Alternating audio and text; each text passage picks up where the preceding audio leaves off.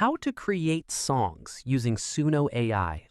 First, open your web browser and go to suno.com, or open the Suno app if you have it installed.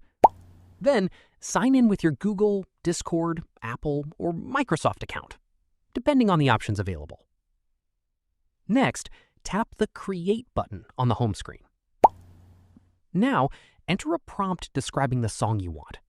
For example, you could write an upbeat pop song about summer adventures with catchy lyrics and a female vocal. If you want more control, enable custom mode if it's available. Once your prompt is ready, tap Create or Generate. Suno AI will compose the music, generate vocals, and create a complete song in just a few moments. When the song is ready, tap Play to listen to it. If you like the result, you can download it, share it, or generate another version with a different style or prompt. That's it. You've successfully created a song using Suno AI on your Android phone.